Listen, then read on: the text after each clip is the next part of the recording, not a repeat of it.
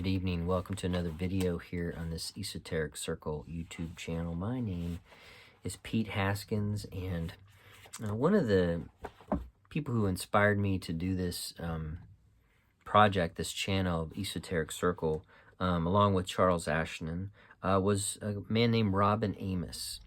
Robin Amos, extremely influential man in my life, and that's why I'm sharing Robin and his writings and his influence with you.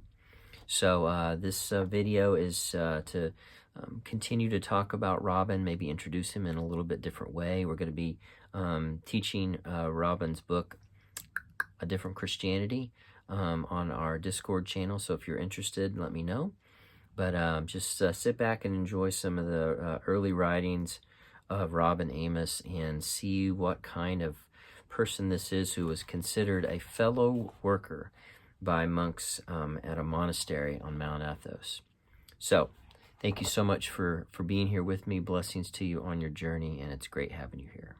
To understand a little bit about where Robin is coming from, I wanted to read the introduction to Views from Mount Athos, which is a little-known book that Robin wrote, and he and Lillian published toward the end of Robin's life, and it is about his trips to Mount Athos. He took over 60 trips and studied diligently, consistently, persistently with a group of monks at a certain monastery in Mount Athos, and was considered a fellow worker.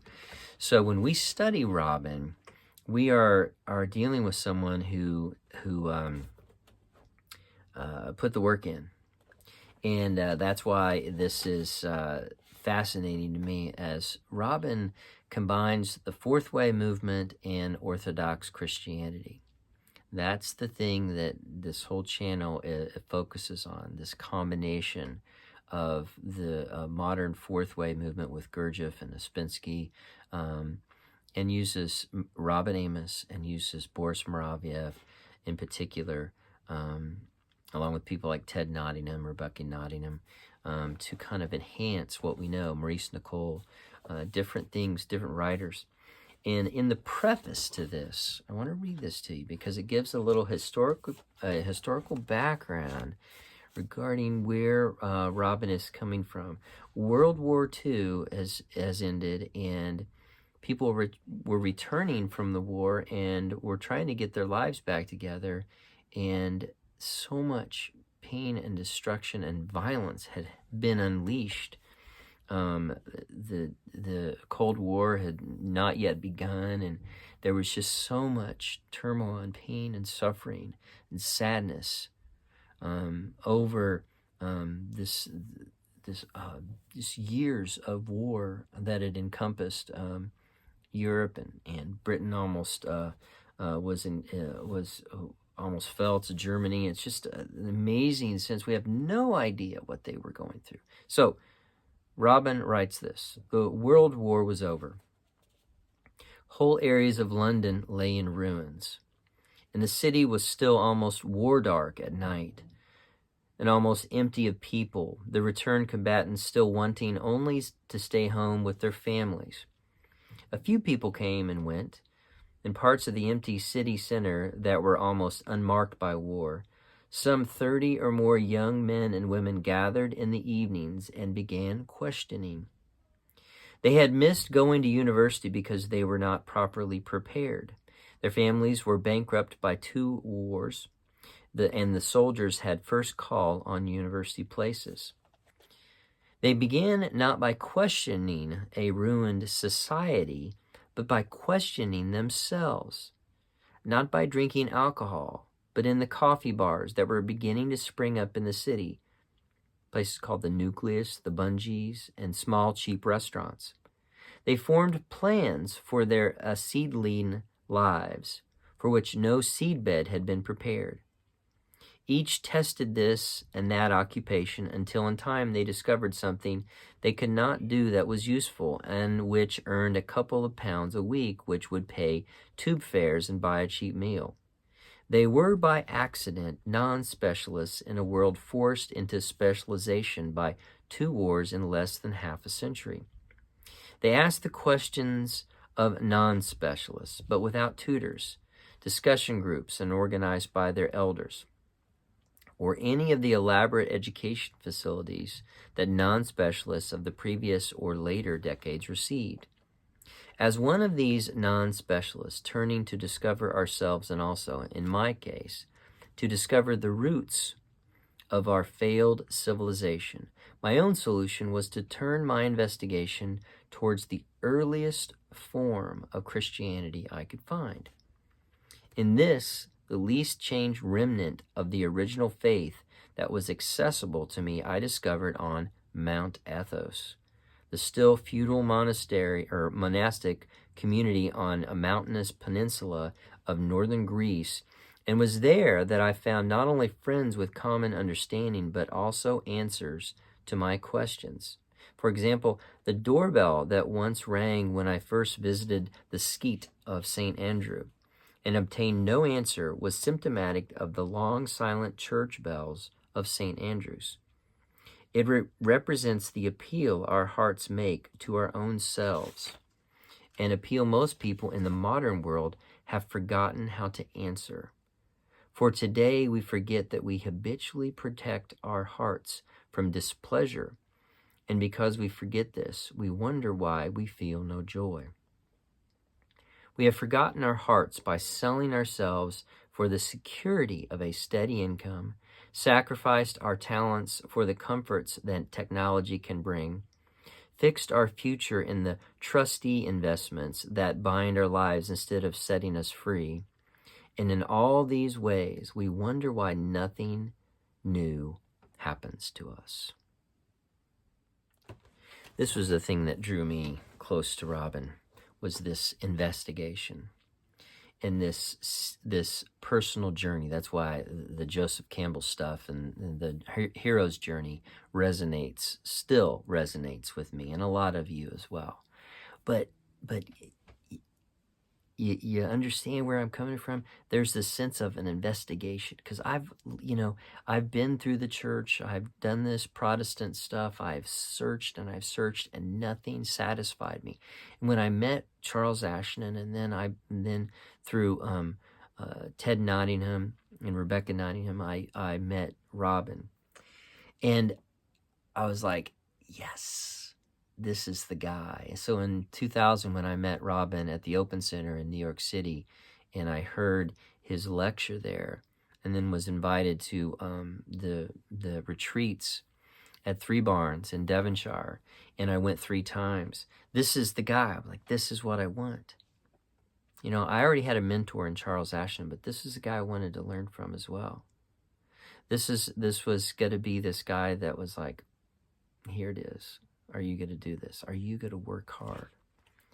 He talks about this in this preface, this ability to work hard, to work past our displeasures, to be able to work past an absence of technology, an absence of air conditioning, absence of the right food that we want,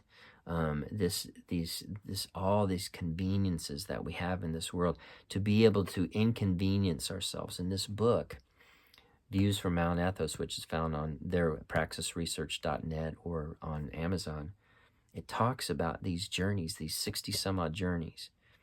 Although he wrote it in 1988, the journey started in 1982, and he would end up taking over 60. And that's the thing that this whole channel and everything I'm talking about is about, you and your personal journey. And this is a glimpse into this man's personal journey, right? Every one of us is different. And hopefully you get it, and you get your journey, and you're like, I got to keep searching. And it is an investigation. All of this is. This is all an investigation. All these books that I have, these are like clues that you get. And you're like, oh, I've got to go through here. Because one of the things that he talks about in that book, A Different Christianity, is how each one of us need to go out and make Christianity relevant to our world today, because our civilization is deteriorating. It is broken. It is falling apart. And we need people to jump out into it and say, let's make Christianity relevant. And that's what Ted Nottingham has told me. We have to make Christianity relevant. We don't want to just say, well, let's go back to Mount Athos and everyone be a monk. We're not talking about that. That's one of the reasons the fourth way is so amazing to me is it jumps out into society without the protection from the influences that a monastery has. We have to jump out every day, don't we? You have to get out there in this world and earn a living. And you have to learn how to do this, and you have to make these issues of metanoia and hesychasm and nepsis, you have to make those relevant in your own life. And that's what Robin is doing here. He did it. This huge effort, without these huge, enormous efforts, you get nowhere. But that's our task, is to investigate so that we can make Christianity relevant to our world today. That's our job. All right, another reading here. Hope you got some coffee or something to eat here and sit back and listen. This is just a few paragraphs into the first chapter of this book entitled Views from Mount Athos. Chapter 1, the search begins. Remember, investigation. My investigation, he says, into Athos, my pilgrimages to the holy mountain, really began when I received in the post a typescript copy of a talk between a visiting Englishman and a monk on the holy mountain of Athos.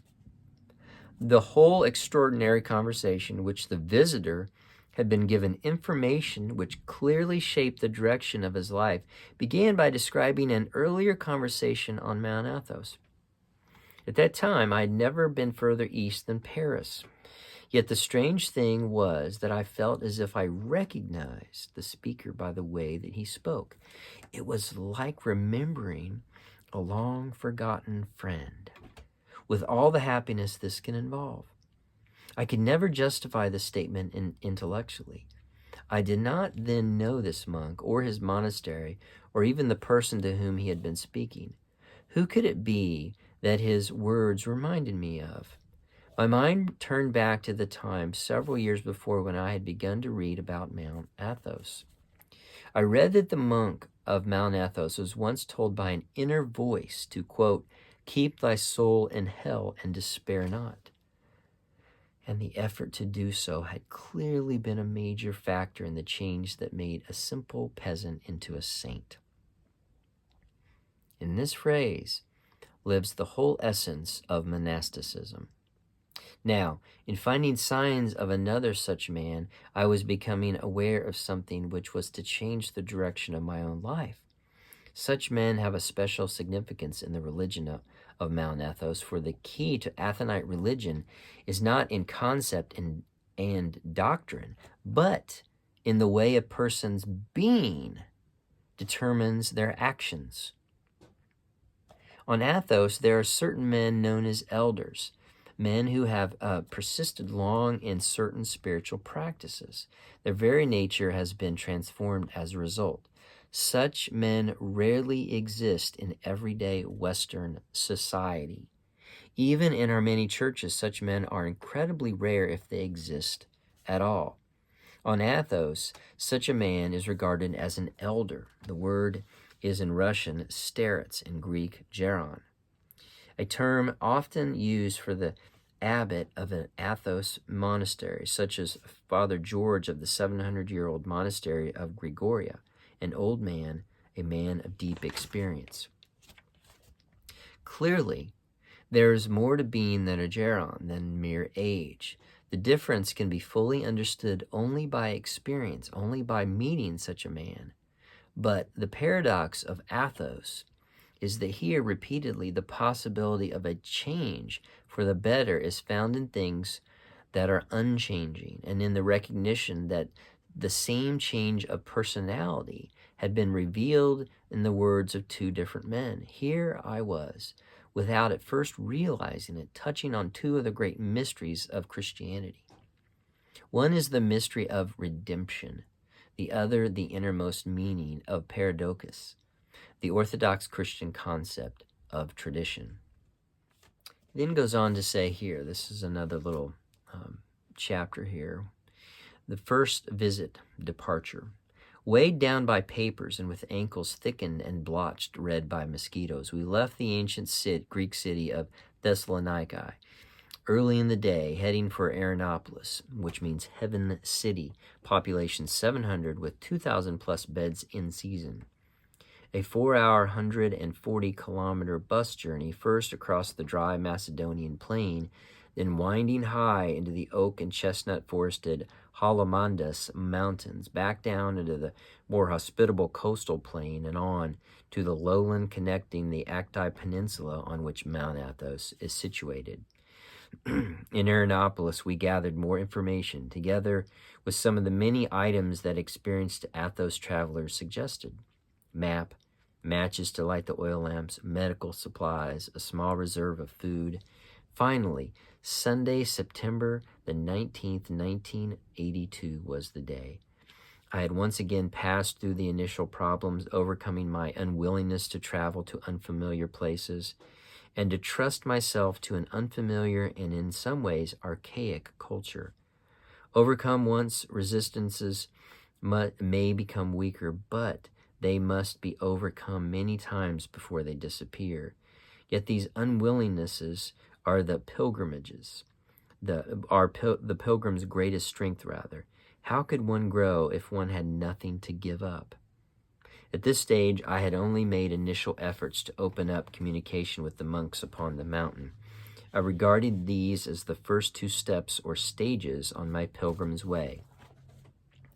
One thing I quickly discovered on this way is that, allied to our overall Western habit of wanting always to predict and control our environment, modern man is a slave to comfort. Yet if you give up your comfort once on the path of pilgrimage, you find you must give it up 1,000 times. Before all this, I once played a part in a research program which showed a clear correlation in individuals between a dogmatic need for uncertainty and what in our Western world are called neurotic states. Now this was confirmed for me in a more personal way as I discovered how a constant repetition of the need to give up our certainties can, like dripping water, wear its own path through the stone of our worldly hearts. By this repetition, one briefly enters the path of the monk in an inward way, even when we must remain committed to the world outwardly. It is change of heart, metanoia, nowadays translated repentance, which is most important. One may fall short of the monk's self-conquest externally, and it does not matter. What matters is cleaning the inside of the cup. And that's from Matthew 23:26. Thou blind Pharisee, cleanse first that which is within the cup and platter, that the outside of them may be clean also. So, I wanted to introduce you to the absolutely epic journey that this man made. And I wanted to share this with you. It's on Amazon, it's on praxisresearch.net, and it is a journey which you take with him, and you realize that each of us, you and I both, we have to make this journey. And this is a very personal journey. And that's the age that we are living in. Each of us, we are on the hero's journey. You are on it. And you are an investigator. And you are investigating this. And you are gathering up clues. And you are reading this author, and you are hearing this video, and you are going here, and you're searching for a teacher. You're searching for a teacher, and you find that teacher, and you're sent off by yourself, and you desire to share it, but you're an investigator. And don't forget what an epic journey you are on. Because just as Robin is telling us, we're not meant to just jump into Moraviev or Robin or anybody. We're meant to make this stuff relevant to our age. Right? We've got to get out there and share this. And the way we do that is allow God to work through our own personalities. We're not robotic in this. We're not just trying to soak up all this intellectual knowledge and regurgitate it. We're supposed to allow it to work through us, through our own personalities, our own quirks, our own oddness. We're supposed to be our own people. And that's the job. But you're an investigator. You're investigating this. And you're allowing it to become relevant to your age and your day. You are important to this. You are important to this world. Remember how important you are to this. Okay? You're awesome. Blessings to you. Like I said, it's on praxisresearch.net or amazon.com. Rob and Amos, Views from Mount Athos and a Different Christianity. Blessings to you on your epic hero's journey. Thank you. I'll see you soon.